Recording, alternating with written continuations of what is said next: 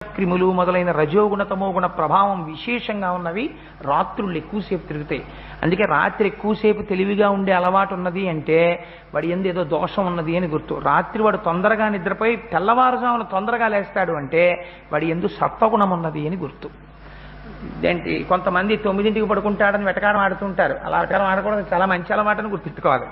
4 గంటలకు లేవడం, 3 గంటలకు లేవడం మంచి అలవాటు. సరే, అందుచేత ఆ సంధ్యాదీపంలో పరబ్రహ్మాన్ని చూస్తాం.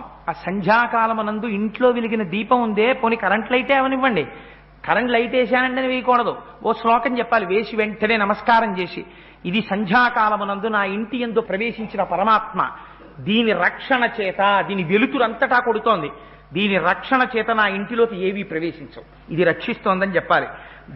దివ్య జ్యోతి పరం బ్రహ్మ